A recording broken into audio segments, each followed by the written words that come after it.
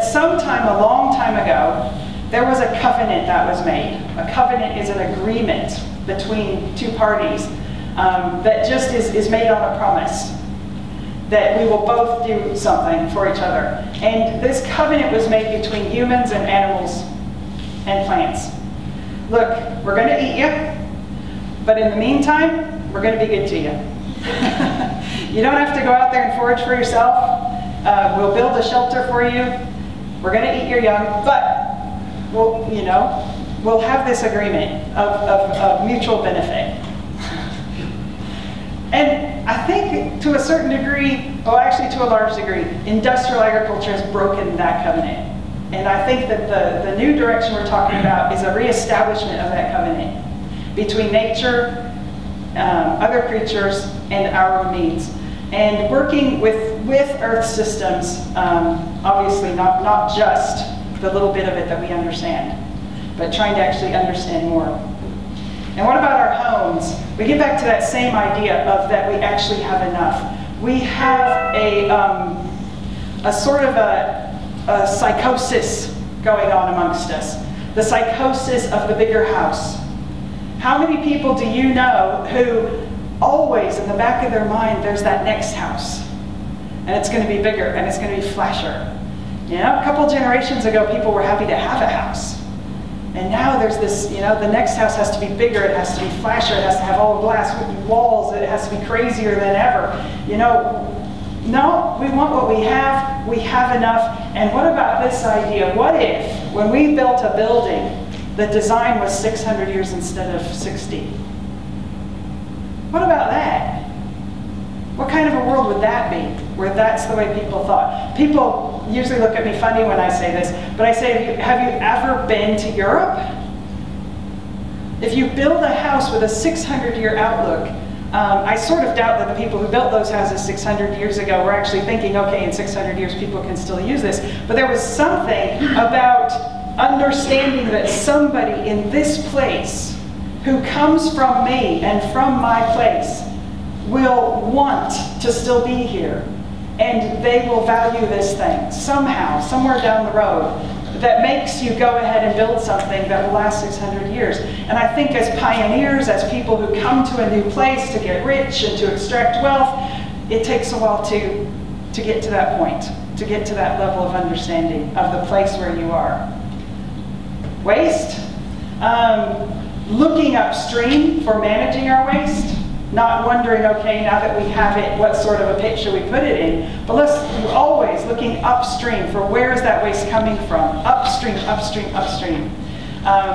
All the way to the very source of material in the first place. And always thinking of wealth from waste. The waste as a wealth stream. In nature, that's true for sure. And in our system of how we do things, always, the waste has to be a source of wealth. It has to have a benefit to something in a whole continuum.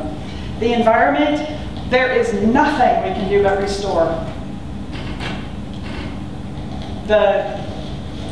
We've done so much already. Restoration has to be where we're going.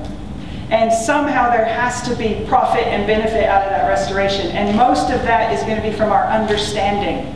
Not so much from being able to turn a profit right now, but from our understanding of the connectedness between the hydrology of an area, the humidity, the drought resistance that you get from having the hills in trees or from not having silt coming down into your rivers.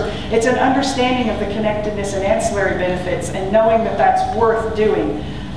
Protecting. I've put, what is it, Poor Kings? This wonderful protected area in the ocean. What a demonstration of what happens when you let nature have a go. And the ancillary benefits for the whole surrounding area. Listen to what nature is trying to tell us. It is resilient. It is there. It is bountiful. You don't have to just take. You can work with it. So, and obviously protecting anything that's left. The remnants that are left have to be guarded and protected with absolute clarity. What about government? This one, There was a very radical idea a couple hundred years ago that the right to govern came from those governed. And you have to remember, that was heresy not that long ago.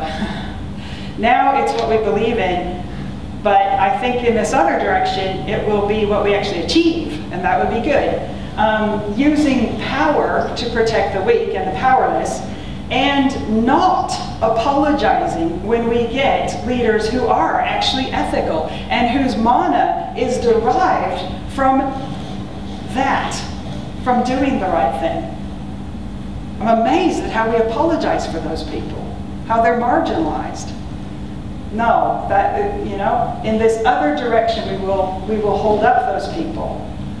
They won't be the outsiders, they will be the mainstream. And what about community? I put something up here that I don't know if you know what I mean, but I know what I mean. Becoming indigenous. I'm a fourth generation Coloradoan. So after 4 generations of living in a place, when people come to your place seeking profit, you know there's a difference between when this is your place and when it's your opportunity. And becoming indigenous is about that. It's about actually being from this place, and you treat it an awful lot different when it is your place than when you're just coming there.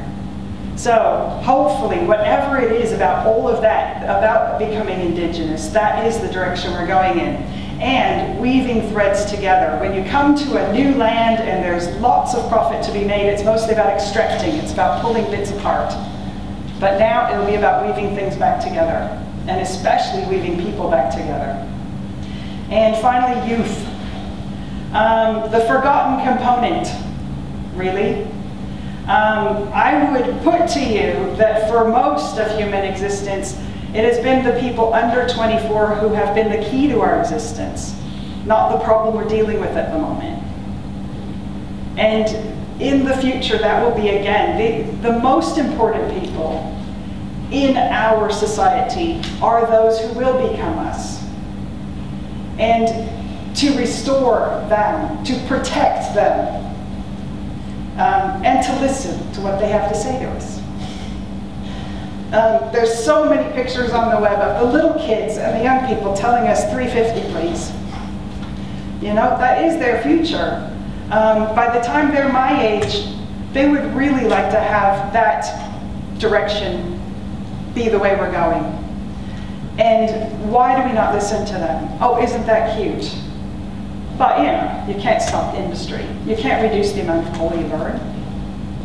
Well, I think there's signs of change that you can.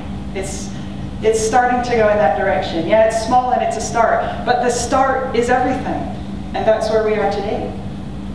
So, the signs of change, of emerging sustainability, this is where we are today, and I think with the speakers that we have, with the way, the opportunity that we have to try and connect with each other, even though it's through technology and it's through little sticky notes, you know, let's put the energy in there and see where we get to. That's what we're trying to do in the next 2 days, and I hope you all really enjoy the experience. Thank you very much.